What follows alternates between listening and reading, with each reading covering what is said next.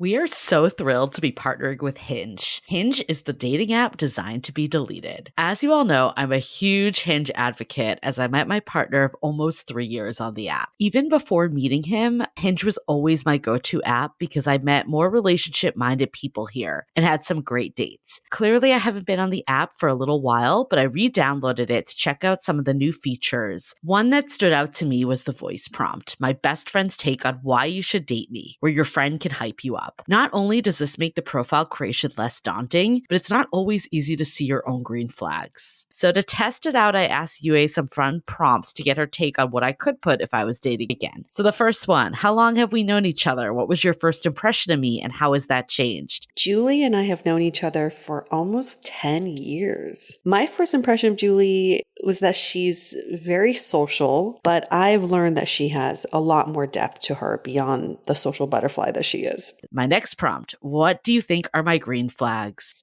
I would say she's deeply loyal. She believes in love, curious mindset, and she is fearlessly ambitious. And then last but not least, what kind of friend am I? Julie is the kind of friend who will always have your back, no matter what. Damn, that feels nice to hear. So download Hinge and try voice prompts today. Then find someone worth deleting the app for. The Dateable podcast is an insider's look into modern dating that the Huffington Post calls one of the top 10 podcasts about love and sex. On each episode, we'll talk to real daters about everything from sex parties to sex droughts, date fails to diaper fetishes, and first moves to first loves. I'm your host, Yue Xu, former dating coach turned dating sociologist. You'll also hear from my co-host and producer, Julie Krafchick, as we explore this crazy dateable world. Hello, friends. Welcome to this brand new spanking episode of Dateable Podcast. For a sec, I was like, we're doing Dateable, right? Not Brunch Talk. We're doing Dateable today. Had to rethink that one. Vacation brains, but we are back. And these are not pre-recorded earlier. These are recorded in the normal cadence. So it's nice to see everyone or hear everyone. Yes, and I have been holding out asking Yue all the details about the trip because I want to hear on the intro. It's not that I knew where you were going. I think you need to start with the fact that your surprise was blown before you got there. Yes, I will be taking this up to the PR department at United. Shortly before we left for our trip, it was supposed to be a surprise until I got to the airport. I think it was 2 days before I got an email from United saying, get ready for your trip to Nice.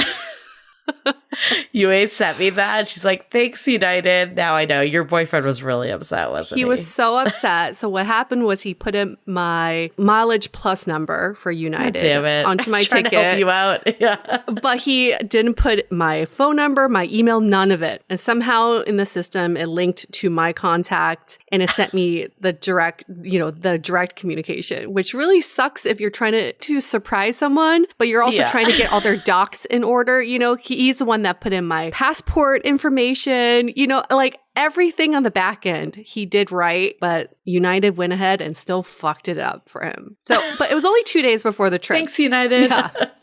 It wasn't too bad, but he was pretty pissed because we were really hoping for that moment of going to the airport, being like, which direction are we going? Well, it's like the rom-com that he envisioned. It just did not happen, basically. No, yeah. A rom-com gone awry.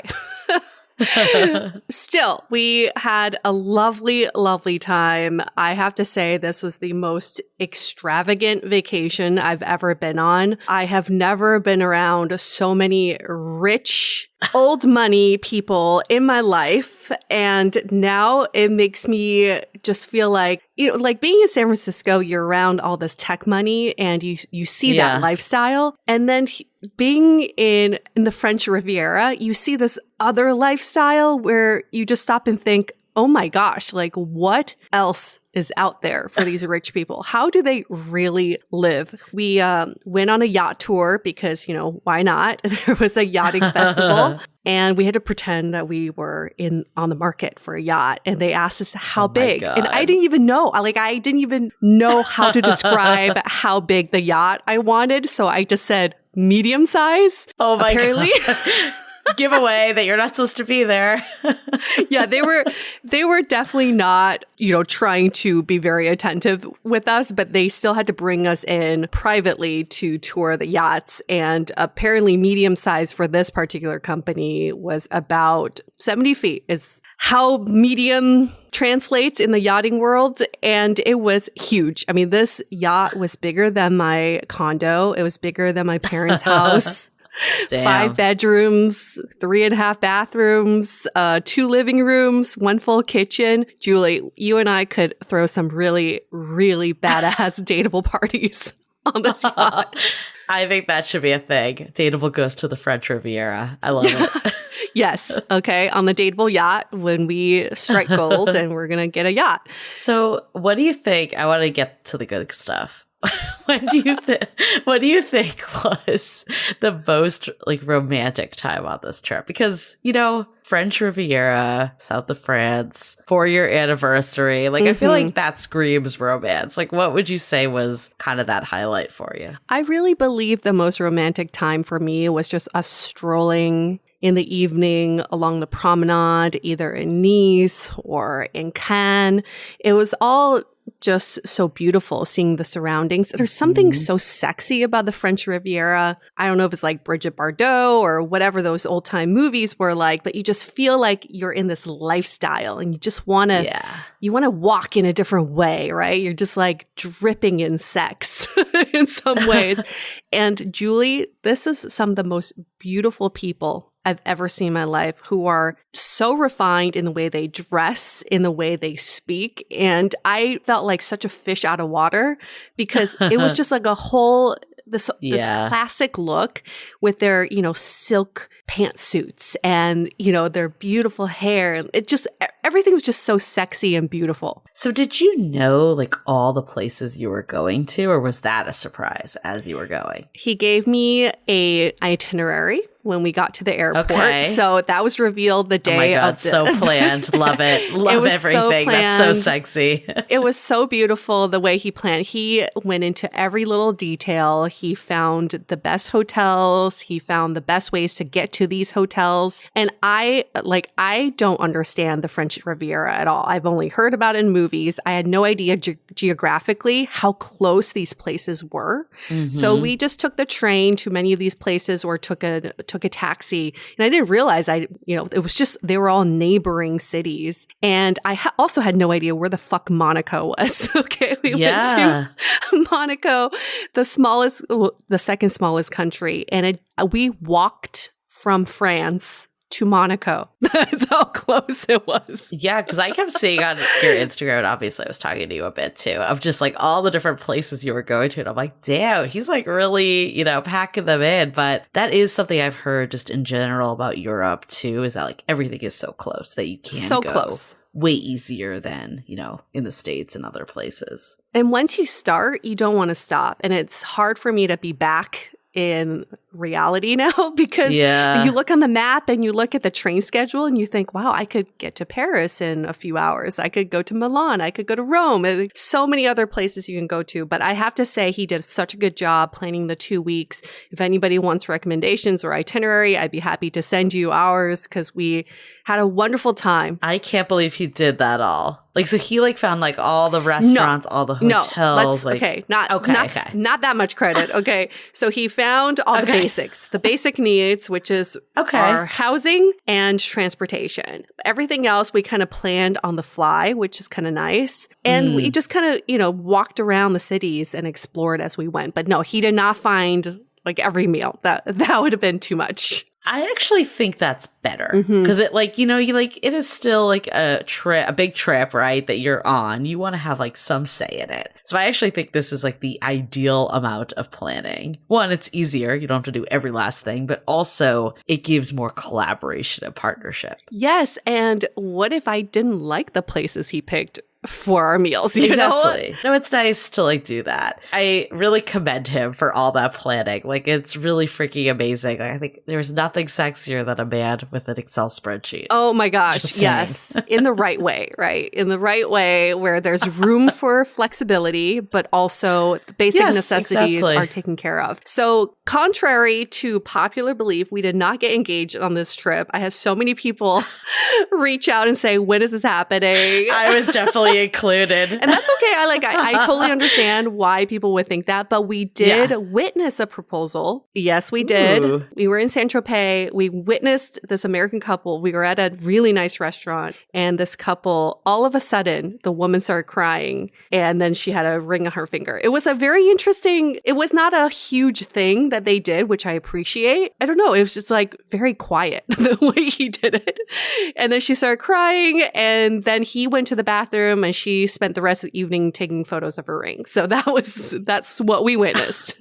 I'm not going to lie. There was one post you did on Instagram where you opened a door. Oh. And I screenshotted it because I saw a ring on the finger and I screenshotted it and I like asked my partner and he's like, first of all, it's the wrong hand.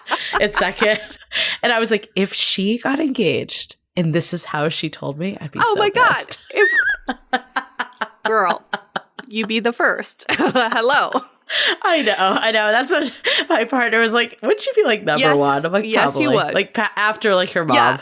Yeah. No, maybe even before my mom. Also, Julie needs to know everything. Like, if this is how I found it on Instagram. Oh, like, you would be so me? fucking pissed. No, Julie needs to be the first to know. Let's just set the record straight. If anything big happened, a big announcement, Julie would be the first to know because she'd be really pissed if she was not. Okay, so let's just this isn't about you anymore, Yue. It's about me now. let's set the record straight. Okay, so know that you would be the first to know, and maybe my mom would be second. Okay. That's how we rank order this. That's how we rank order this whole thing. You know what though? I mean, this is very in line with our episode today, right? The one that got away. And, I think when you hear the one that got away, you think it's, past partner. But Yue and I really geeked out on this TV show on Amazon Prime that did not get as much love as I think it should have been. I think it should have been The Next Love is Blind. I love that show so much. We were all like, I remember I started watching it with my partner and I texted Yue and then all of a sudden we're like in a competition of who's further through the series. Like we were both like really, it was like one weekend that we binged the whole thing. I'm not sure what that says about both of our social lives, but we'll just go with it for now. I'm proud of it. You gotta own it. And we, love this concept of someone from your past, right? And because a lot of the people on the show, the whole premise of the show is there's this set group of single people that are like kind of the main people. And then there's this portal that brings in all these people from their past and they get to rekindle things and see how it goes with someone that they maybe had this misconnection with. And a lot of the people were, someone that they maybe like knew in college or knew in high school, or there was a few that they only knew from social media. Those ones I think were maybe scraping the bottom of the barrel a little, but like a lot of them weren't. Like there were some exes. There definitely were some of those, but a lot of them were just these people that maybe you had a partner when you met them, and you just like things didn't line up and timing didn't line up. And when you think back on it, I mean, the reason why, one, obviously it's the episode this week, but like that is your story. Yes. Like you and your partner knew each other for what was it, 8 years before? Wasn't it like something? Yes, 8 years. Crazy like that? Yeah. Like, and it's like, it just didn't line up because you two were in different places in your lives, maybe in a relationship that, the timing just never corresponded until it did. And it is quite the concept because we're always looking for new people. We're always filling our funnel with brand new people. But what if we actually looked to our past? Maybe there would be some eligible people. I 1,000% believe in that. And I think at a certain point in your life, you got to think, well, who are some people who've made a huge impact in my life or who've made even a small impact, but that have made them memorable? My partner was always someone I remembered. He made an impression on me and nothing big happened. Like we didn't hook up, we didn't exchange phone numbers, but he just did this one thing that night we met that made me remember him forever. In the middle of this club, you know, it's like midnight. He came over, he leaned down because he's much taller than me, and he said, "Are you having a good time?" And to me, I just felt like so taken care of in that moment. And it was very indicative of who he is now as a partner. He is someone who is very caring and takes care of me. But I just love this concept of thinking about the people who have made an impact on your life. And if you haven't watched the show, and you're probably wondering, should I listen to this episode? 1,000%. I think it would actually make it pretty fun for you to listen to this episode first and then go back and watch the show. Yeah, I mean, I think this is such an applicable topic. And, you know, we also talk about too, like, what's the difference of these people from your past where there are all these like commonalities versus people on the apps that are essentially strangers, and ways that we can also bridge the gap. So I definitely think this is like a no-brainer episode for everyone, whether you've watched the show or not. I'm also happy that we have Vince and Yurika, who were two of the, I don't want to call them contestants, but I guess they were contestants. Yeah. And they were an Asian couple. And I remember you texting me and being like, I'm so glad the Asian guy is the heartthrob on the show. And we definitely dive into that in this episode too, of just, you know, that isn't the norm, unfortunately. And it's such a great thing that this show totally normalized the leads being of all ethnicities, of all sexualities. Like there wasn't like one lead per se, but many that hit different diverse metrics. Yeah, and he's so good looking. He's so wise and so introspective. He is, to me, the show portrayed him as the lead because he embodied what we're looking for in a partnership. And what will be very fascinating for everyone to hear in this interview with both of them is what compelled you to go on this show? What made you want to look for someone you've already met versus going on these dates with people that you don't know, these new people? And I think the moment for both of them will be something kind of eye-opening for many of you listening, and hopefully inspire you to think about what is going to compel me to look to my past. You know, it's definitely one of those things. Like I remember my mom always being like, what if you just go back to like your high school reunion? You never know who will be there, you know? And I was like, there's no one. I was never interested in these people in high school. Nope. But I'm sure they've changed so much, right? Like I've changed so much. I'm sure they're the same way. And, you know, actually, my mom's best friend's daughter, who I used to be friends with, I know that was a few connections, and she went to a different high school than me, but we knew each other in high school.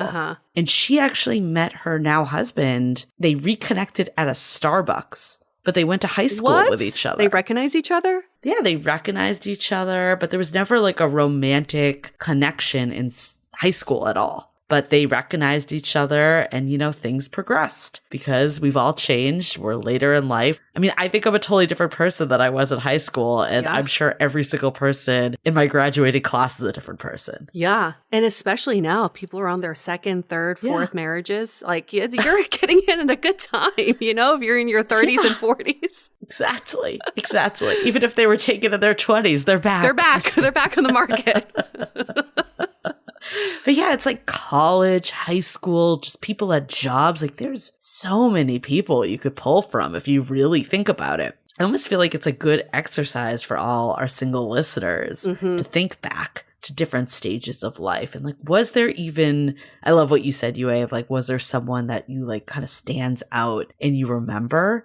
But even like maybe the people you don't super remember, like just going through their Instagram or Facebook now and just being like, what are they up to? Especially if you live in an area nearby. But even if you don't, you never know who made it to your area. Right. Yeah. And you'll hear this from Vince too. He did not see Yurika in a romantic way in high school because he was always in a relationship. When you're always in a relationship, you don't see the people around you in that light. No. But then you can when you're single. It's weird because like there was this, when I first moved to San Francisco, I remember I ran into these two guys from high school and I actually didn't even remember them because they were like a year younger than me, but they recognized me and came over. And one of them, I wouldn't say I had like a relationship with him, but we did like have kind of like a friends with benefits situation for a bit. And it never amounted, it was actually one of those rare friends with benefits credits that I like really didn't get feelings, and he didn't either. But I think because I was like in a new city, there was this familiarity about him that, you know, like really was comforting. And we talk about that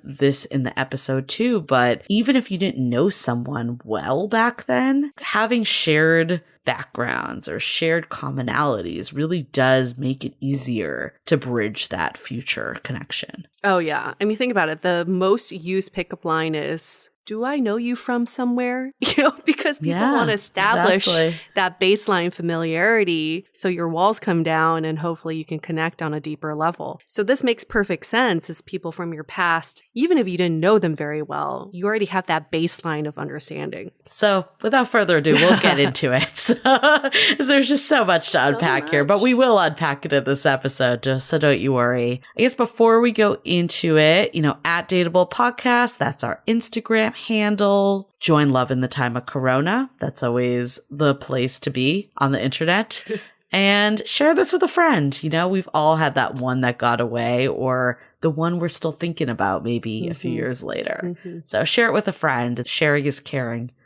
And before we get into it further, let's hear a few messages from our sponsors. Okay, let's hear it from Vince and Yurika.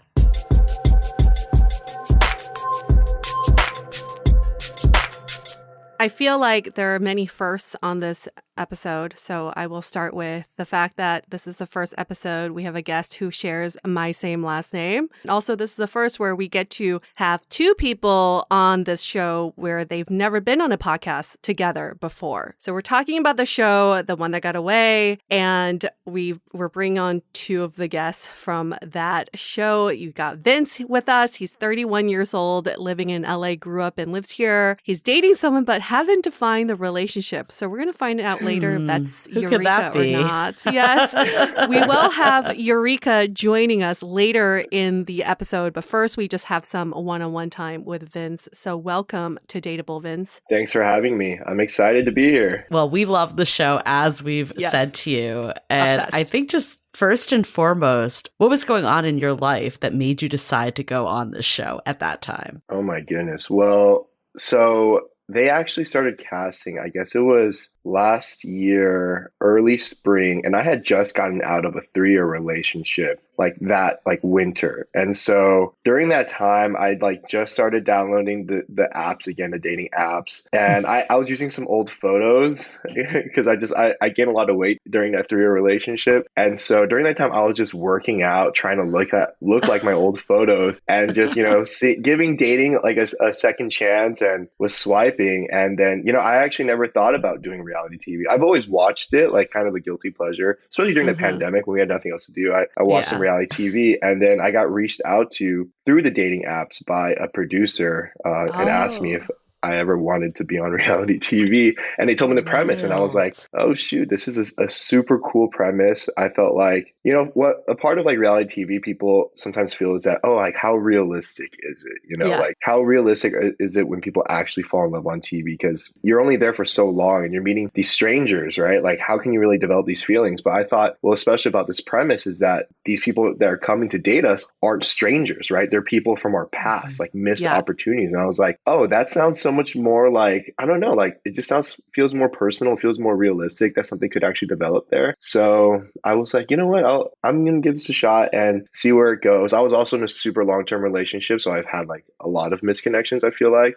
So this was kind of like the perfect show for me, I think. I was so in shock by the fact that you, as an Asian man, went on a reality show because, you know, with Asian culture, it's just not something we do. You don't see that many Asians in reality TV in the first place, but also how open you were on the show. But I was so happy that you became like the heartthrob of the show as well. Like all the girls came on, they loved you. So it was like a really good moment for all of us Asians. I was like, yes, go Vince. But I would love to know, when the producers approached you, you were intrigued by the premise. Did you already have an idea of who would show up for you? Oh my God, I had no idea. Like literally zero, which No. is why I was on the apps to begin with, because I was like, I'm a lawyer and I work a lot, and I don't have a lot of like girlfriends and so. And the ones that I do have, they're in relationships, right? And I just see them as friends, and so I don't really like get the opportunity to meet many different women just like out and about in my life. So yeah, like I think I remember giving them a list of like maybe 6 or 7 girls, because they would ask me for a Mm. list. They reached out to my closest friends for a list of girls. Oh, And yeah, Interesting. I think I put on my list just like girls that like, I thought of on the top of my head might show up, because I was like, even if you guys like me, if you guys can't find girls to date me, I'm not gonna get cast. So I just like, I was like really worried about that part of it. And so they went deep into like my Facebook friends, Instagram Wow. followers, and just started messaging people, DMing. I would get random DMs from girls that are like, Vince, like, is this a scam? Like, what is this? Like, people are reaching out for a reality show, and it's so odd, but yeah, that's actually what happened. yeah, it's either crypto or reality TV. Exactly. Right. Yeah. Those are the scams of the moment. So Eureka, because we're clearly here to talk about Eureka, like, was she someone that was top of mind, or was she more in this bucket of, hey, I remember her from my past, let me just cast a wide net? Yeah, definitely. She was on my list because I haven't spoken to her. Oh. Even when we were in high school, I barely ever talked to her. I just kind of like saw her from afar. She went to prom with one of my close friends at the time. And I remember like we might have like danced together at like a high school dance before. And high school dances, everyone's just like, back in the day, everyone's just like going up to different girls and you're just grinding, and it's like all this like Little John's playing, and it's like like you're just like bouncing around. It's like it's not like I got a chance to like really talk to her or anything like that. But yeah, so she wasn't. I was completely surprised when she showed up, because I had no idea that she was even reached out to begin with. I thought you were going to say like middle school slow dance, but I like the grinding The up on the her better. grinding. That's so Yes. much better. Yes, really paints the picture. For the people that were on your list that you gave them, were the women on this list people you've dated already? No. So Okay. I actually didn't really date much. Like I said, I was in a 9-year relationship, and then right after that one, I was kind of single for a little while. I dated maybe like a couple of girls, and I think I did put one of them on my list. And then I got into a 3-year relationship right after that. And then right after the 3-year one was boom, the show. So like I really haven't gotten a chance to date that many people, so I didn't have like those like options, I guess. So you said that you were doing dating apps for a bit, not that long because of the show, but with dating apps, clearly it's new people that you're getting introduced to, and a lot of times very random people. What are your thoughts on the benefits of connecting with someone like Yurika, for instance, that you knew but barely knew, versus someone that's totally new? Oh my gosh. Like I have so much to say about this, because I really feel like when you're on the apps and you're just swiping away, it becomes really like formulaic. You're looking at the same things, and it's like even when you go on these dates, it feels like, you're talking about the same things. It's really hard to find that spark, right? And it's hard to really give each girl the attention and the energy, really, the emotional availability and vulnerability to connect with it. So even though you might meet an amazing person, if you're not there, to give her all of you, in that moment, you might miss that connection, right? And so I just feel like dating these days, it's really hard in our generation to find something like really substantive, something that's really going to make you feel like, oh, I want to see her again. Just because there's so many options, right? I think people talk about this all the time in this state of dating. It's just the illusion of like all these options that you have actually creates like a dearth of like passion and connection, and it makes us more removed, and we feel like further away from each other, even though we're all even more connected online. Yeah. So I feel like because of this like context that I have with her, this history, I felt like when she showed up, I already knew her. Like we grew up in the same hometown, like we're both from Palos Verdes. It's a small little suburb. It's like a little bubble. And like I always tell friends that whenever I meet people from PV, like we instantly click. Like it's like I can always find like some common ground, and we just have this like connection. And so with her, it was that same type of feeling, like because I knew even I know her mutual friend, like we have a lot of mutual friends. I know her high school friends. She went to prom with one of my closest friends. So it's like we have that connection. So I already knew that we would gel. It was just a matter of like building it,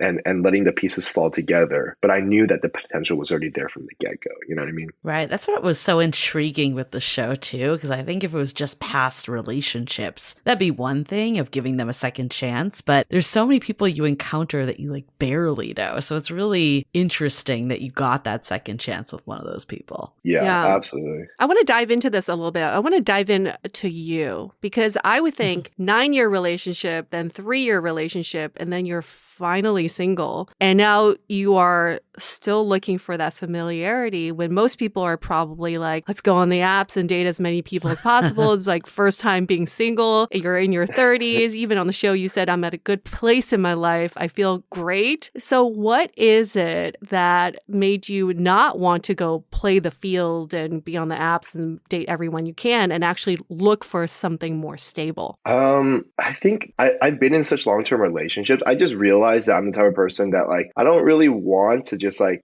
have this hookup lifestyle that I feel like a lot of people kind of have where they're dating around a lot. I feel like you get jaded, right? I think a lot of people get jaded once they start going on like a bunch of online dates. For me, it's like, I want that emotional connection. I really want that like level of communication that is like rare, that, you don't really find in most relationships. And I think like you can even talk to Yurika about this. It's like a level of communication that, she kind of sees us developing too. And you can't really just get that. You have to really be emotionally available and pour that out. And it's hard to do that like constantly. And even you see me on the show when I'm dating all these multiple women, like I think at one point I said like I'm emotionally drained. Yeah. Because even though like, I had like maybe 4 girls come, but each one I'm trying to give them like all of me. I'm trying to give them like a fair shot each time and, like really open up myself. And it's hard. It's really hard to do that. And so online dating just feels so like, I don't know. It just feels so taxing and just like, so it just drains me, I guess. Like I've been on the apps, and when I was on the apps, I think I literally had more casting calls than I did dates. I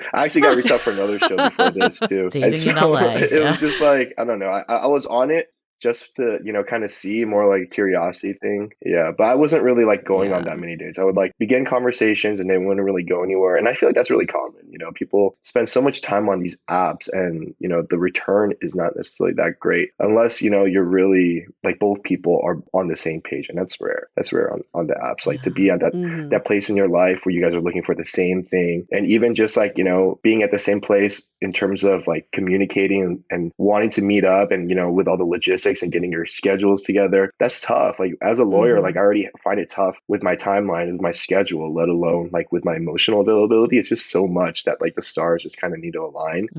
And plus, like once the show reached out to me, I was like, oh, thank God, like I can delete this app. Like, I was like, oh, sweet. Like I just put a pause on dating. Even when I just started interviewing, I was like, you know what? I'm just gonna like not date at all and just like see like where this goes with the show. Even if I don't get it, then I'll download the apps later on. But like, yeah, even during the whole like first interview, I already like decided I wasn't gonna do anything on the apps anymore. I was committed to this process. I was gonna really try to get on the show, and then it worked out. Hey, it's like your own matchmaker, right? Reality TV shows. Matchmaker with people you already know.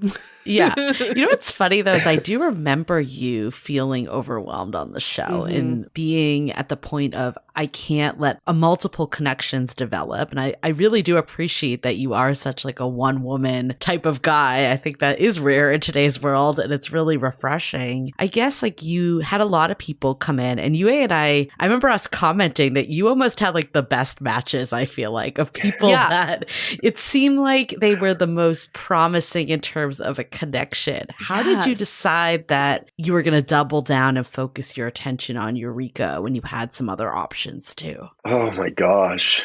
Yeah. Like from the get-go, even just, I remember when Manoush came first and then Yurika came second, deciding between them two at that point was so difficult. I had so many scenes that didn't even make it on the show where I was just like weighing out the pros and cons. I was like, oh my gosh, like Manoush checks off all these boxes and like she might check off more boxes than Yurika, but then like I was able to Yurika just like it has that hometown feel. Like I feel so comfortable around her. Like it just felt so easy. And I feel like you can see see it even on my dates and on screen, like just like the connection that we had, it was just Definitely. fireworks. It was fireworks. And, it may be like, I was talking to Yurika about it too. I was like, maybe it's because our like date, like the setting of it really facilitated us getting close. Whatever it was, like that moment on the first date when you see us like slow dancing and like kissing, that will like always be a memory that I'm really fond of. Like that, I think back to that like all the time, and like it really brings back feelings because it was just so emotional. I was like, oh my gosh, like this is like the most surreal and perfect moment. I can't believe I'm living in this right now. And I felt that connection and never really left. The producers really did a great job with your matches. You had someone from every stage of your life. Manoush was from college. Let's just recap for a sec. Manoush from college. You've got Yurika from high school, and then someone from law school. What was her name? Remind me again. Andrea. And then you had someone from your present who you had recently met. And what was her name? She was really fun too. Isabel. Okay, thank you. Thank you for reminding me. And at the start of the show, they even give the stat that past the age of 25, your chances of reconnecting with someone from your past are higher. What are your thoughts on that? What like obviously you were really drawn to this idea. So what are your thoughts on that kind of stat? I think the stat was by the age of your 25, you've already met your soulmate, or something like that. Like that's the stat. And I don't know. They were telling me that. I was like, like what is it? 98% of stats are like made up or something, or like not. Totally. I don't really know like such a lawyer. I don't know how they conduct this study, because I don't want people that are I don't want people over 25 to be like, oh, I'm fucking doomed. Like, right. I don't know. Like, I do believe that there's a lot of people. It depends on. One of the things I think is it depends on where you live. Like, I feel like that stat is like maybe really true if you're like, say, in like the Midwest. You see a lot of people like popping out babies when they're like 21, and still like, kind of following the heritage of like our parents' generation. But then now we got, the city boys and city girls, and they're just like, we want to be single until we're like 35. You know what I mean? And it's just like because you're meeting all these people all the time, different people, and like the lifestyle is different. So I think it really depends on where you're at. I don't know if there's like, like one age that's like a kind of cutoff, but I do think a lot of people do find love from people from their past. And like a lot of people reconnect, whether it's like, oh, you run into them, at a high school reunion, or it's like, oh, like, like you meet at a party and you haven't seen them for a long time. I think a lot of people do actually form relationships with people from their past that they might not have thought of. And so that's why I thought this premise was great, because it's very relatable. I think a lot of people can relate to this. A lot of couples probably now that are together might be from, high school or college or whatever. And maybe they weren't dating back then, but they just reconnected, somehow. Definitely. And I'm also a little skeptical on the stat, but I do see it's probably like, how do you define soulmate too, right? Of course, there could have been someone that would work for you. And I'm thinking about high school. I don't know where 90% of those people are now. And I'm a totally different person. Maybe one person that I just like wasn't in that mindset back then would be great now. So I do love this. Who was there and how can you just, almost have a second chance with them? Like when you met Yurika the second time, I know you didn't know her super well in high school, but did it feel like you were kind of just reconnecting with someone you already knew, or did it feel like you were kind of meeting for the first time? That's an interesting question. If it did feel more like I was reconnecting with somebody that I already knew, I think because we were in this environment where like it was so like foreign to all of us, it felt like we were in a completely different universe. Like we were cut off from the outside world. We had no cell phone, no internet. We were meeting all these people for the first time, the producers, the castmates. And it's like we were each other's like one connection of familiarity, right? Like because we didn't know anybody else. So it's like when we were together, it just felt like, oh, like, at least we have each other type of thing. And so it did feel like there was more of a familiarity, and I feel like the environment really set that up for us. Yeah, so I would say more so the former. But in terms of like the conversation, right? It's like I didn't even know what she did for work, right? I didn't know like where was she even really living? Like I didn't know those basic things. So in terms of the conversation, right, it did feel like I was just learning a lot for the first time. But then you guys also see me like I asked a lot of like big questions, like heavier questions, I guess, that people don't typically ask on like the first date. And I think Yurika even calls me out. She's like, because I asked like, oh, do you want kids? And she's like, is that a normal question on a first date? Those type of questions, I think normally in the outside world, I wouldn't ask that on a first date. But given this environment, right, like I'm not even sure if I'm going to have a second date with her because I don't know what the producers have lined up. So I'm like, this might be the only time I see her and I have to make a decision. So I'm like, I need to ask like the real questions, right? Like if I'm here and I'm planning to like, leave with someone in a serious relationship, I want to know that. Because if they're just like, no, like I'm just like, I don't want to have family and that's like a deal breaker, then I'll be like, even though we have like a great connection, that's a deal breaker for me too, I appreciated the questions you asked. I think people should be asking the harder questions because what the fuck are you doing if you're not, right? Like what? We don't got time to waste. You're right. No. What are you trying to get at here? But did you ever think about if you saw Yurika on an app or even on the street, do you think things would have gone down the same way? Oh man, probably not. Probably not. I'm gonna be honest, probably not. Just because I wasn't really in the mindset of giving that many people a chance on the app. We aren't even in the same city, so we wouldn't even have matched to begin with. You know what I mean? Mm-hmm. So, but I mean, if she was down here for a little bit and like I did see her on the app, I don't know. I probably. Oh, you know what? I just remembered I did see her on the app one time. I did. I think I saw her. And you recognize her? Yes, I remember this actually. Yeah. So this was actually like around winter, like early winter. I think like at that point, like me and my ex were like, we were breaking up and then getting back together. And there was one period we had broken up and I remember like downloading Hinge and I saw Yurika. Oh my God, that's so funny. I can't believe I just remember that. Does she know? Yeah. I don't know. We're going to tell her. She's going to hear it now.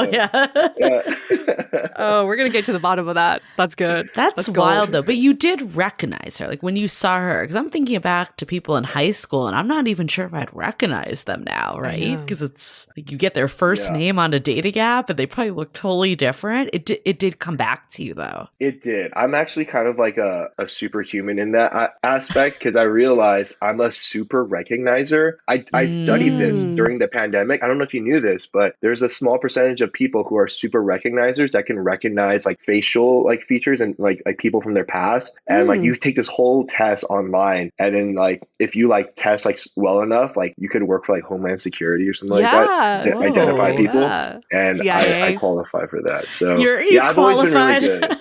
It's like Homeland Security and the one that got away. Those are the two jobs you can get. Good to know. You have another option as a day job. It's very good to know. Fabulous. Well, can't wait to get Yurika back on and get both of your updates on what's been happening. I did watch your Instagram live, but I didn't watch the whole thing because I didn't want to be tainted by what was said. No, fair. All right, we've got Yurika joining us now. Thanks so much for hopping on. Who is Yurika? She's 30 years old, lives in New York, born in SF, grew up in LA, and she is dating someone but haven't defined the relationship. This is getting very mysterious. They both put the same thing. I don't know. We got to get to the bottom of this. I'm so curious. But first, we have some unfinished business. Did you know Vince just told us that he saw you on Hinge? Not recently, before the show. Did you see him? Did you see him on Hinge before the show? No, I don't think so. Did I? Wait, did we match? I don't remember if I matched or not with you, but I remember seeing it. I remember swiping right. But I'm pretty sure I downloaded the app like really fast after that. So I'm not sure if you saw that. How many years ago was this? Like this 15? Was like before the show. Like right before like the show? Maybe like not right before the show. Probably around like I don't know, like August. Oh, I was in LA during my birthday right before the show started. And I was single back then. So maybe I changed my location to LA to see what the population was like. But you didn't see Vince though. I don't think I did. And if I did, I feel like nothing would have happened because I don't really like the dating app. So I actually despise dating through the dating app. Do you think you would have recognized Vince on the dating app? Probably, but I don't usually talk to people on the dating app. Like I would just probably like what I used to do is like I would match with people but never talk to people. So. Well, okay, so you're one of those. Got it. Well, we want to know, how did the producers find you for this show? So, someone reached out to me actually on Facebook Messenger, and it went to my spam box. And like, just, I was just like, oh, like, I didn't even know there's like a separate spam box inbox on Facebook Messenger. So when I went there, like, someone was like giving me a whole spiel about, oh, like, they're doing a show and there's someone like from your high school acquaintance that wants you to be on. And I had no clue what it was. And I ignored it for like maybe like a month. And then I was like, oh, like, what is this about? Cause I got curious. And then, she like got on the phone, we were talking, and I was like, I don't really believe you unless you show me a contract. Cause I do a lot of like contract reading for work too. So then she sent me the contract and I saw that it was like actually like a legitimate kind of TV show. So, that's how I went on. And I don't really remember the interview process or anything. I just felt like it was just like a conversation, and then they just sent me a flight ticket. Wow. But they told you it was Vince, right? They did say it was Vince, but I didn't know which Vince it was. Oh my God. Oh. So you didn't even know until you like saw him in person who it was. Honestly, even like when they picked me up at the airport, like they picked me up in like a van. It was super sketchy. So I was like sharing my location with my friend, and I didn't really believe it until I actually like got on got the sound studio and like everything. And yeah, so I was very skeptical. I feel like that happened with someone else on the show too, is that when their person came out, they were like, who are you? I have no idea. But you did recognize him when you finally saw him. Oh, I did recognize him. Yeah. Okay. But you didn't know till you stepped out of the portal? Yes, that it was Vince? because then I recognized him. And, well, I knew his name because they told me the name, but I didn't really know which Vince it was. I love it. So you're just like, I'm going to just go on a ride here and see who this mystery person is from my past. Because I didn't even like reach out to anyone before the show. Because I know Vince, like you told me that a couple people reached out, right? To see if it was like real or not. Yeah, no, you never reached out. But you had to know it was me because you knew like we went to prom in the same limo, right? So you knew it was like me, like not another Vince. That's true. I don't know. Like, they just told me it was Vince, though, so I didn't really know. I was like maybe guessing. Oh, wow. Okay. So they didn't. I thought they would reach out to you and say, "There's Vince." No, they actually initially didn't want to even tell me who it was. Wow. And they're like, oh, it's really secret, but like there's this guy named Vince. I'm like, okay. So what made you decide to do it? Yeah. What intrigued you about this whole concept in the first place? So I'm actually usually not single. And at that time when they reached out to me, I was single, and I just thought, like the timing kind of works out, and I was just curious. So I just went on. Oh, interesting. And then when you stepped out of the portal and then you saw Vince, and because I remember that first meet, you had a lot of things to say to him. So that was all on the fly that these feelings sort of came out? Man, okay. I don't know how much I can say and how much I can't say. Okay, how many shots did they give you? No. I did not drink any alcohol. How edited are we talking? Yeah. So I was obviously really nervous because I didn't really know what to say. And like that, this is like my first time ever being on like, TV and whatnot. And the producers were actually telling me, oh, you should tell him that he's like handsome, that he should like, you should say all these things before even like really meeting him in person. But like internally, I was like just really trying to see if you do have a connection. If I didn't even know what Vince looked like, to be honest, because we haven't seen each other, I guess, like in a long time. Yeah, I just literally didn't really have any expectation going in, and just trying to see if there was anything, right, when you first meet someone. And that was it. So we understand that you and Vince knew each other in high school, but not super well. Did it feel like you were connecting with someone from your past, or did it feel like you were meeting someone brand new? I think it was half and half. So like initially I didn't know him at all, but after the first date, it did seem like I've known him for a really long time, even though I don't really know him that well. And that might be because like we grew up in the same community. We have similar like upbringing, and he made me feel really safe and comfortable. How did it feel to have the other women who were also there for Vince in the house? Oh, God. So I'm usually not that competitive a person, and especially I have such a good like girls code. So if any of my friends were to go for like the same guy, I would immediately be like, no, you can have him. Like, I don't really want to compete or anything. So it was definitely weird living with someone who was dating the same person. And especially like couple scenes like made me really uncomfortable. So when they were shooting the hot air balloon ride, when I came back to the house, they told me that Isabel saw. I had no clue that happened. So I actually sat her down after I came back from the date and told her if it was in a real life situation, I would have never like let her see that scene. And I just felt really bad for her in that situation too, because I just know like what it feels like to be in that situation too. And it just sucks, right? So yeah, very uncomfortable and not usually what I would go through.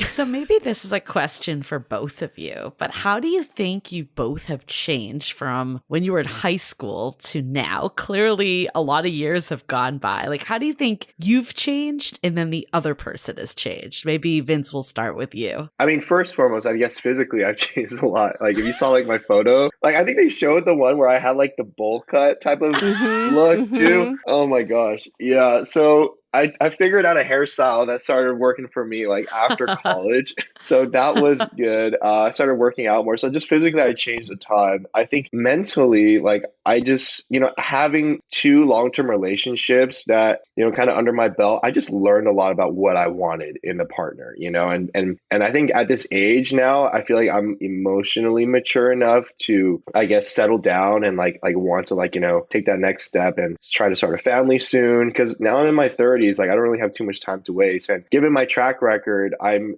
probably going to date somebody for a few years. And if I do get married, I'm going to be probably in my mid 30s. And that's kind of the timeline. My parents are getting old. Like I want them to be able to play with my grandkids and stuff like that. So, I don't really have too much time to waste. So I think just kind of like the urgency of it all and like the most emotional maturity, physical maturity, of course, that kind of all takes place, I don't know, over the time from high school to now. I feel like, yeah, I've just changed so much. And I don't know. I guess now I just feel ready. Something just clicked for me. And it's funny because even in my past relationships, like they expected marriage. They expected me to propose and take that next step. And I just couldn't really get there. But then something just switched for me. And I'm like a whole nother person now that I feel like I don't even recognize like from 2 years ago. So I feel like we're always changing. And, like the growth spurts kind of happen like, when you kind of least expect it sometimes. What was the switch? In my last relationship, like there was something that happened for me. And the way it ended, it was pretty rocky, but it ended basically because I couldn't commit. I couldn't commit to wanting to marry her. And that was like the biggest problem. And I felt like because I've always been in these long-term relationships, there was nothing that ever really like made me feel like, oh, why does it need to change? Like, I'm so comfortable with what we're at, this boyfriend-girlfriend relationship. Like, why does it necessarily need to change? And like, I don't know, like there's just nothing that really sparked me to like be like, oh, I want to like, propose and like get engaged. Like, there's just nothing that made me feel that way. And then I don't know, now I think I'm just like kind of in a different headspace, like probably because I really looked into myself and be like, why am I so afraid to commit? Like, what is wrong with me? Like, why am I like so afraid to like, just settle down? And like, and there's always that thought in the back of my mind, like, oh, maybe there's something better. Maybe there's something, like there's someone that I'm supposed to meet that's going to make me feel like I want to get down on one knee, and I kept on thinking that. And I realized that was a mistake. Like, it wasn't ever that I was going to meet someone that was going to make me feel that way. Like, I needed to get there first. And that was kind of like, I guess, a switch for me when I started thinking differently and my perspective changed. That I was like, all right, like no more messing around, Vince. Like, let's really try to get this one right. Love it. And we'll get into getting down on one knee in a bit. But with Yurika, like, I know you didn't know her super well in high school, but like, what was the difference that you noticed, like first impressions even, of how she was from high school to now? Well, I remember Yurika was always like, she was really cute, super cute girl. She was like the popular girl, but she was like 2 years younger than me. But I always see her, like she was running for like student body stuff and like she had all these friends and she was really cute. And I was like, but I was in a relationship, during most of the time in high school. So I couldn't really, pursue anything. yeah, I just like I told you guys earlier, like I saw her at like, a couple like high school dances and stuff, and I remember like talking to my buddies like, oh, you should go dance with her, like she's really cute. Like she was always one of those like cute girls that you're like, oh, you wanted to like like be with on the dance floor, like you wanted to kind of talk to her, but I was too much of a wuss to like don't talk to her. His friend asked me to dance, not you. For him or no? Well, the whole prom story was that his friend asked me, right? And I think initially I met him through like a dance or something, or like Key Club, I forget. Yeah. So I guess, Yurika, what was your opinion? Like what from high school to current day events, how did that change at all? Well, I didn't really know him in high school. The only interaction I remember was probably in the limo ride to prom, right? So we never really had a conversation. But from the outside perspective, like I would like pass by him on the hallway. Like I definitely knew who he was, but I never spoke to him. I thought he was like pretty attractive. I know like people are like saying like, oh, he had like a bowl cut and stuff. But back then, like Justin Bieber haircut was like in, So I thought he was pretty cute.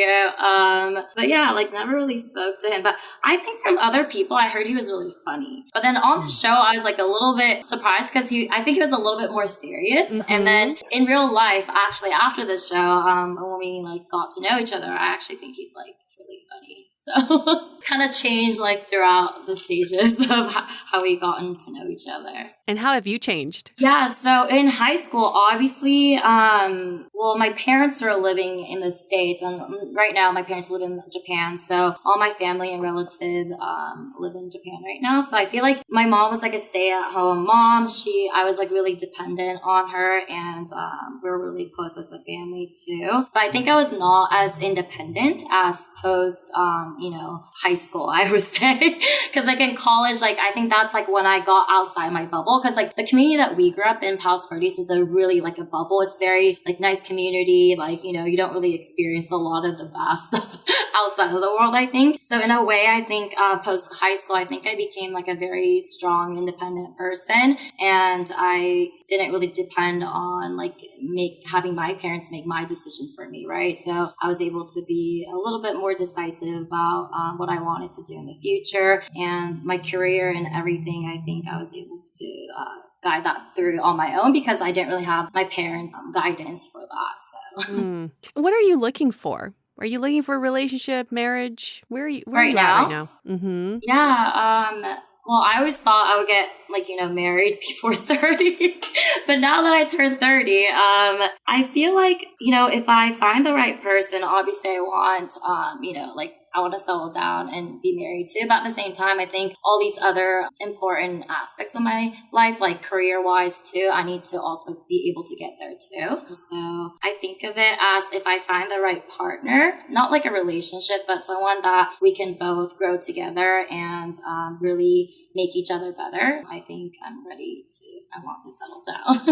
Let's hold that thought for a few messages. This episode is sponsored by Via. We all know there are things that can help set the mood in the bedroom, but did you know a little THC could also do that? Yes, Via has developed a unique blend of pleasure-enhancing cannabinoids, libido-strengthening herbs, and a low dose of THC all into one mind-blowing gummy called High Love. This gummy, wow, it will awaken your senses, increase blood flow, and intensify any sexual experience. I've been pleasantly surprised by the High Love gummies because it is just the right amount of THC for me to have a good time without feeling sleepy. And hey, if THC is not your thing, Via also offers a wide array of other gummies without it. And everything legally ships in 50 states with discreet packaging directly to your door. So if you're over 21, you can get 15% off and a free pack of award-winning Dreams THC plus CBN sleep gummies with our exclusive code DATEABLE at viahemp.com. That's VIIAHEMP.com. Let the gummies work their magic. Head to viahemp.com and use the code DATEABLE to receive 15% off and one free sample of their Sleepy Dream gummies. That's viahemp.com and use the code DATEABLE at checkout. Take your passion and pleasure to a whole new level with High Love from Via Hemp. This episode is made possible by Badlands Pets. As you all know, Mojo, my precious baby, is the reason why I found love in the first place. He made me feel love again. So I would do anything to ensure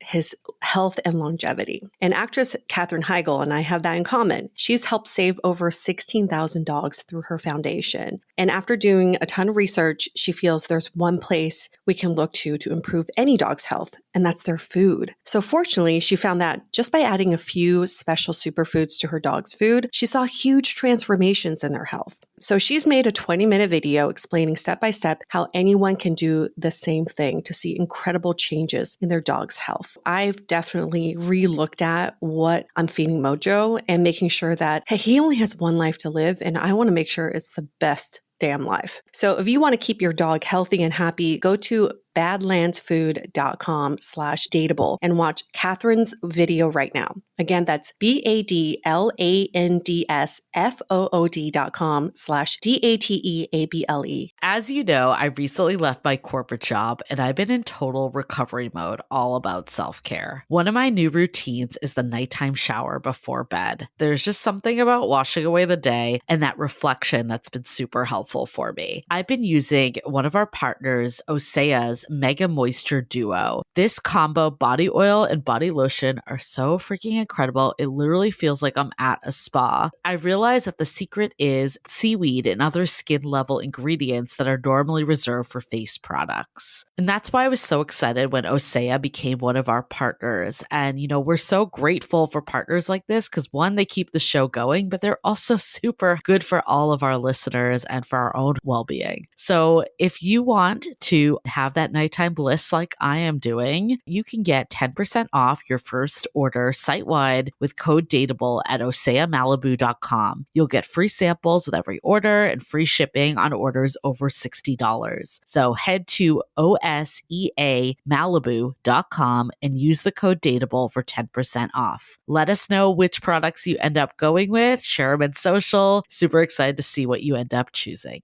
So the show ended with you two being engaged. Mm-hmm. Here we are today we're seeing someone, but we haven't defined it. What happened? Catch us up. Where are we current day with each other? I'll let Yurika answer that. Wait, what? So right after the show, as you guys know, like we split up and, you know, the show was filmed almost a year ago, like last summer, and we did not speak for a good year, I would say, for like 10 months, I would say. And when the show came out, for me, you know, all the feelings that we used to have during the show definitely came back. And I've always wanted to kind of talk to him because I don't think we ended on like a good note. Why? What happened?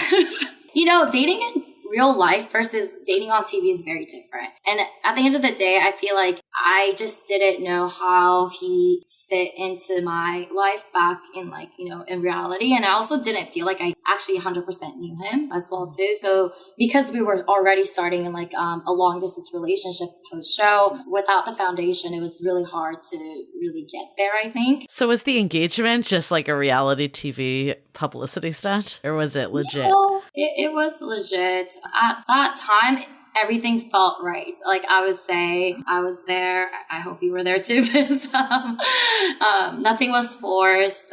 Maybe a little bit of pressure from some producers, but I think both of us talked about it and it felt right at that moment. But then I think when I came back to reality, like saw all my friends and whatnot, I just like, it just didn't seem real or like, it was just hard to adjust, I think.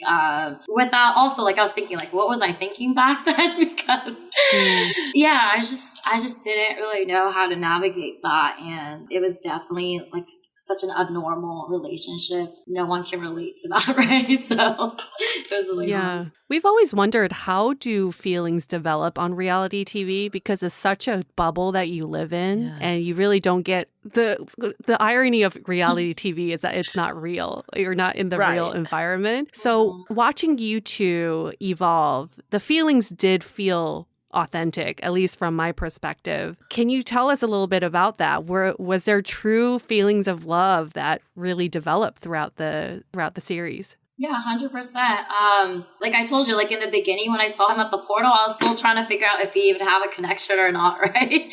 But then I don't know, like after the first date, it just seemed that I've known him for a long time, and I think like my feelings definitely developed throughout the whole like filming process as well too. They didn't show a lot of it because like they only show parts of it, but I just remember like during the pool party, actually, I know they didn't show how this was comforting me, but he actually pulled me to the side. And we actually had like a talk, like a really long talk, actually back in his room. And I was about to leave because I'm not really here for the drama. I didn't really know what I got myself into.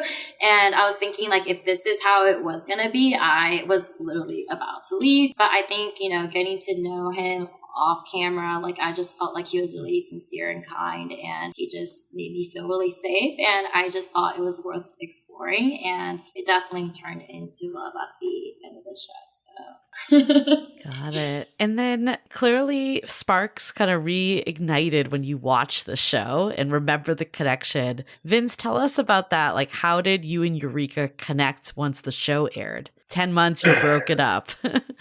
Oh boy. So yeah, I knew she was in LA around the time when the show came out, and we had literally really no contact with each other. I still remember because we didn't leave off on the best note, but like watching the show back, it's like we had all these emotions, and then I still remember she liked on Instagram. She liked like one of my posts, and I was with my friends. I was like, oh my god, dude, Yurika just liked my post. I was like, dude, I have that. Like that was like the first point of contact. I was like, wow, like what's going on? And then she started like, I think I posted like a Q&A on Instagram story, and she like responded to answered one of the questions, and I was like, oh dang, like okay, like so we're talking a little bit now. And then but the way it left off, I kind of was like, I'm not gonna really make the first move. I felt like if anything, I thought she was gonna reach out to me, and so I was just like, I'm just gonna wait. I'm just gonna see, if nothing happens, then if so be it. But then Amazon reached out to me, and they're like, Vince, we're gonna make an announcement in terms of the relationship status between you and Yurika. And then at that point, they wanted to be like, okay, so we know, you guys aren't really together, because like they were up to date that we had broken up. So they're like, well, you guys aren't really up together, really aren't together. How do you feel about that? Blah, blah, blah. And then I was like, okay, I can't do this interview right now because I haven't talked to Yurika at all. And like whatever I'm going to say in this interview is going to affect her life too. And I was like, just out of respect, I'm going to call her and just like touch base with her. Because I just want her to like know that one, I'm getting this interview and it's going to be about us. And two, like, I just want to make sure we're on the same page so that nothing is like, she's not blindsided by anything. And that, when we start talking to the press and people, in public about it, that we are like kind of, on the same page. So I remember hanging up that phone interview and then texting Yurika, be like, hey, I got this like interview thing about us. Can I give you a call? And then that same day, I called her after work, and I think we talked for, I don't remember how many hours, but it's funny because it was like on her birthday too, and I had no idea it was her birthday that day. I thought he had texted me because I thought it was my birthday, and he wanted to wish me happy birthday as well as like, catch up too. But yeah, he totally forgot it was my birthday. Oh shit. And I was in France during that time having like a girls trip, but at the same time, I did want to reach out to him. So when I was in LA, I debated for a really long time if I should reach out to him, but I just got kind of scared and I just never did. And then right after LA, I flew to France for like my birthday. And yeah, and I was surprised that he reached out to me on that date, but I'm glad he did.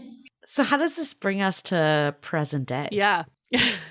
From my perspective, so we had a really good phone call. Like that was like honestly really heart-wrenching, and we just got a lot off our chest. But there's so much that happened that we needed to kind of unravel. But the way we left off that conversation was, let's see where this goes. There's still obviously still feelings. Like we both felt it on the phone call. I don't know, like we just had a lot of long phone calls, and some of them were like really like fun phone calls that we're just like, so happy to finally talk again. And like, how's your day? Like, how's your friends? How's, everything going on? Like reconnecting. And it just felt so good. And a lot of it was also rehashing some of the heavy things from the past that we needed to talk about that, really affected our relationship, and, maybe uncomfortable things that we didn't want to talk about, but, we did. And like, there was nights where I'm literally parked right outside the gym, just in tears, like talking to her. And I'm just like, okay, I'm not going to the gym today. Like, there's just those nights that we just had so many of these real authentic phone calls, and we wanted it to be real. Like, we didn't want to just be together because of like the pressure of the show or anything, because I feel like the pressure of the show is what caused a lot of problems to begin with. But this time around, it felt different. It felt like, okay, like there doesn't really feel like there's much pressure anymore. Like the show's been out. We're just like normal people, like able to like reconnect and like rediscover these feelings. And some of the tension that had caused us, stress before had already dissipated, and we were able to have more of an honest and open conversation about things. And so we kind of cleared the air a lot. Of course, even to this day, I think there is a lot of things we still need to continue to talk about. Whether we need to talk about the same thing a million times, or whether, we need to come up with different,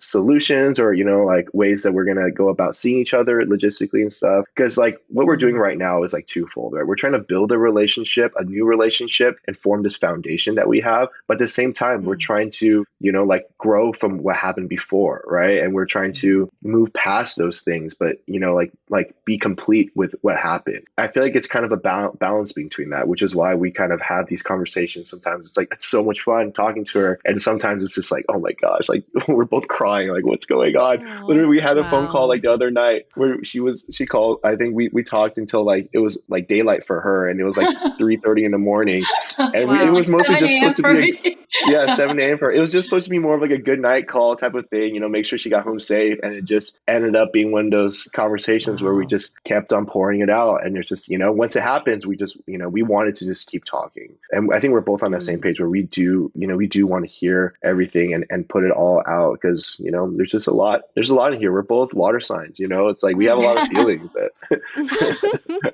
I love it. So I guess, clearly you both are just figuring it out. That's kind of where we are current day. What did you learn? Maybe Yurika, you can go first, and then Vince. What did you learn from being on the show, the one that got away, and reconnecting with someone from your past? I feel like it made me feel like, I feel like a lot of the times we're so consumed with technology, or like we're not really living in the present moment. So that show really made me focus on just solely finding the one, or like finding love, whether it be, relationship, or it could be like friendships too, right? And when you're really immersed in that situation and environment, like anything is possible. So, it took me like years to actually like feel this type of connection, I would say. And for me to find that in such a short time frame, I feel like it made me like really learn that like Yurika, you just have to sometimes put away all your work and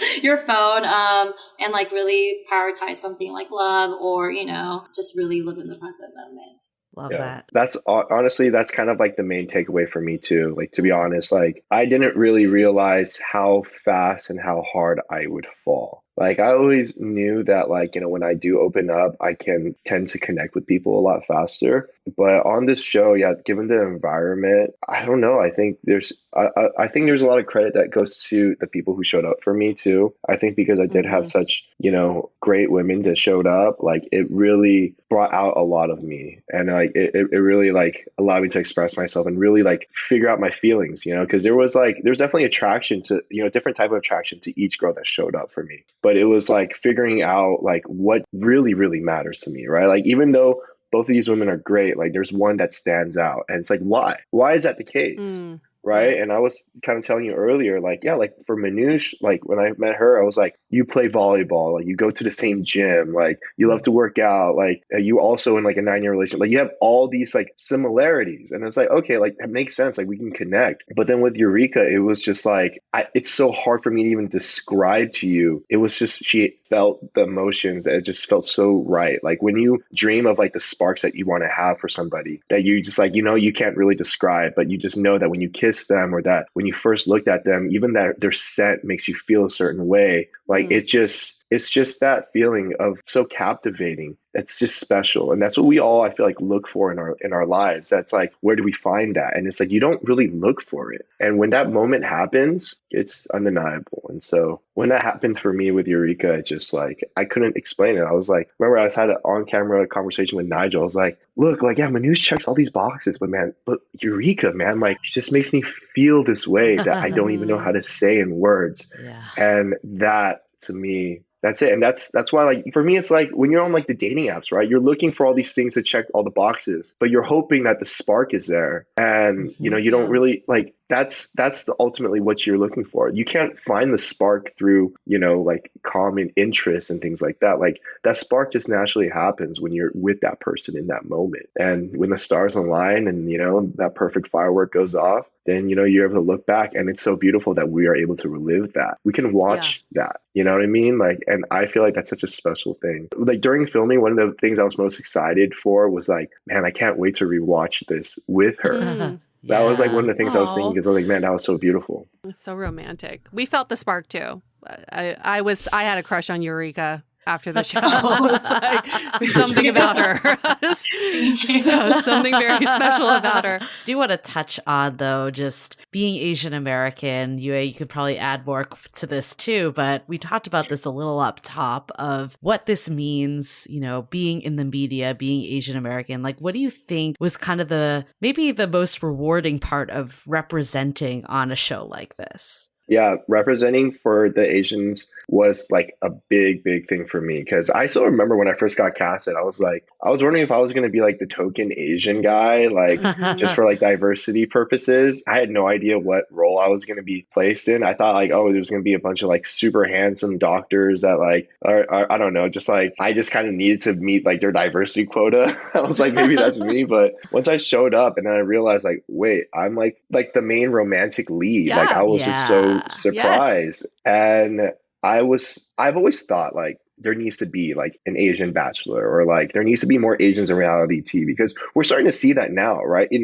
2021, 2022, we've had like Crazy Rich Asians with Henry Golding. We've had like Shang-Chi with Simu Liu. We're starting to see more Asians in media. And I've always thought like, well, what about reality TV? Because, you know, we can see this on screen, but if it's not like, if it doesn't really hit home to people that to see that, no, it's realistic for Asian men to be desirable, you know, like I always thought someone needed to play that role. I never thought it was going to be me, but looking at it now, I'm like, I'm really glad that I'm able to do that, because I feel like my life does represent, you know, pretty well for Asian Americans. Like, you know, I'm relatively like, I mean, you see the girls that came from me. I literally, each person was from a different cultural ethnic background, right? I think Manoush was like Persian, Yurika's Asian, then we have Isabel. You had the UN after you. I had the UN, right? Yeah. I had the whole thing. So it's like, for me, it's like my life has always been really diverse, because like growing up here, and I feel like a lot of people aren't used to seeing an Asian man date different types of women, let alone, you know, like dating on relationship show, you know, to begin with. Like, I feel like people in the Midwest probably don't even see Asians all that often. So I think it's really cool to finally being able to showcase that, and seeing, you know, now me and Yurika, like having this like on-screen romance together, like being able to see what kind of like what Asian love looks like, you know, and how we express our emotions to each other. And I think that's so special. And hopefully that continues on, that we start seeing more and more Asians, you know, applying. And I just feel like people aren't really applying. People that are Asian aren't really applying, which is why they had to reach out and find me. We're so not used to seeing Asians on screen, so we're not applying. We don't think it's possible. And hopefully now, when more people seeing us on screen, they're like, wait, maybe I can do it too. And then they start applying, and then it just becomes, you know, hopefully we look back 10 years from now and we'll be like, yeah, 2021, 2022, that was like the year, the timeline that things changed. And now it's like very common for us to see Asians in leading roles, in romantic leading roles. I really hope so. Just to add to that, well, personally, like I have a lot of girlfriends who watches reality TV shows. I love watching Bachelor and like Love is Blind and everything, but what it lacks is like diversity, I would say. And especially like, you know, we don't really see that many Asian people, like let alone like leads, or even like people who make it till like the end, right? So for me, like it was also like kind of neat to be in that setting and have other, like a lot of my friends watch the show too. And they're able to say, yeah, like I was able to relate to you, or like have other like, you know, people from like the same background kind of say like, yeah, like I was able to like see these type of dating that's like, you know, like, because I would say I was raised very traditional, like very Japanese. So I'm very non-confrontational, and we don't really express love in a very expressive way. So I hope that, you know, they took that as like, you know, even though like it's really uncomfortable for me to do, you know, I was able to put myself in like some situation that was uncomfortable for me. But then I hope other people can see that, and, you know, that they can see that, you know, they can do it too. If I can do it, a lot of other people can. So love that. Well, thank you both. This has been such an incredible conversation. And, you know, there's so many takeaways that we both had from this. I think my biggest one was date like you're on reality TV, but don't have a relationship like you're on reality TV. And I think the reason why is I love this, you know, seize the moment. Maybe I only get one date with this person. And the reality is that's what happens in dating app culture too. You might only get one date. So ask the big questions, be present, like take it all in. And I think we talked about it of being in the mindset. Like if you're just mindlessly going on dates, swiping, it almost like don't even do it in the first place. Like if we're going to double down and use any dating apps or methods to meet people in the world, like if we go in with intentionality and wanting to be there, wanting to be open, that sets us up so much better. But then the maybe don't have the relationship like a reality TV is that we still need to let things progress and not feel rushed to make decisions and really get to know each other. But I do love there is this feeling of home that we're all seeking. That's ultimately what we're looking for in dating. And with the one that got away, essentially you're creating that. It's definitely inspiring for people that to know that they could go and look at these people that might have been in their past, and we don't always have to rely on meeting new people. I also think we can apply that to meeting new people too. Of course, it's harder to find people on apps like that, but I think Vince, like you had this comment of, you know, we're not going in with that mentality, but like what if we went into the mentality instead of seeing all of the things that we connect on that are superficial, all the interests and all that, and how do we start to kind of make each other feel like we've always known one another, that feeling of home, of whether it's connecting on values or just the type of background or childhood you had. I think those are the things that gives the familiarity that really helps really connect at the end of the day. And it's not the things that we think is the connection points. What is so great about this conversation, and I think about the show, is that yes, a reality TV show kind of pushes you beyond your timeline. So pushes you to define the relationship, pushes you to get engaged, pushes you to have these labels. And while I don't love things being rushed, it is kind of nice to say, okay, I'm pushing you to define what you are. And then what's really realistic is that you two going back and saying, we will work towards that. We're working on it. We're working towards that. If we get there, we get there. If we don't, we don't. Like in modern dating, we see people so hesitant to go take that next step, right, of commitment, because they're like, oh, I don't know. Maybe there's someone else better out there, or maybe I should play the field a little bit more. Or maybe they don't check all the boxes. But it's almost nice when you're like thrown into it and say, hey, you two are together. You've defined it. Let's see how you can make it work. I truly believe in microwave relationships. We call them that. It gets like hot, you know, and then maybe once out, it cools down a little fast, but they teach you so much. And it sounds like your relationship is going through multiple phases of microwave relationships, and ultimately we'll see where it ends, but you're also growing with the process. My other big takeaway is I think the name of the show is very misleading. It's not the one that got away, right? Because you were not right for each other back then. It's the one that wasn't right. and the way we can look at our past is not like, oh, the gold standard, or like, I wish I had dated that person. I think we should always be looking forward. It's like, how do I have a new relationship with someone from my past? So I'm going to bring it back to me because I'm really excited to say this, is my boyfriend and I are from our past. We've known each other for 10 years and we didn't start dating till 4 years ago, and today's our 4-year anniversary. So I truly believe that people from your past, under the right context, can be your potential soulmate or the Mr. Right Now, which is what I truly believe is like, you never know, you know, with people from your past. And I do believe in the magic of tapping into that. Congratulations. Thank you. Beautiful. I know. Yeah, my congrats. boyfriend's like, Awesome. tell them that it's our 4-year today. I'm like, I will. He loves the show too. He also got into the show, yeah. He did. He's obsessed. So did my partner as well. Yeah. Love it. Cool. Well, thank you. This has been such a great conversation. We look forward to hearing how things, progress with you both. But it sounds like overall, you both have learned so much from this experience and are just so much more equipped to be in this relationship now. So we're so happy to hear all that. Thank you so Thank much for you. having Thanks us. Yeah, thanks for doing the first podcast for us together. Like, this is really Yay! nice. So many firsts on this show. And for our listeners, if you want to give us a first as well, that is giving us a rating and reviews in Apple Podcasts. Your first comment, your first 5 stars means a lot to us. And we're going to wrap up this episode. We'll add your social media handles in our show notes for people to follow you all. We're going to wrap up this episode. Stay dateable. The Dateable Podcast is part of the Frolic Podcast Network. Find more podcasts you'll love at frolic.media/podcasts. Want to continue the conversation? First, follow us on Instagram, Facebook, and Twitter with the handle @DateablePodcast. Tag us in any post with the hashtag StayDateable, and trust us, we look at all of those posts. Then head over to our website, dateablepodcast.com. There you'll find all the episodes as well as articles, videos, and our coaching service with vetted industry experts. You can also find our premium Why series where we dissect, analyze, and offer solutions to some of the most common dating conundrums. We're also downloadable for free on Spotify, Apple Podcasts, Google Play, Overcast, Stitcher Radio, and other podcast platforms. Your feedback is valuable to us, so don't forget to leave us a review. And most importantly, remember to stay dateable.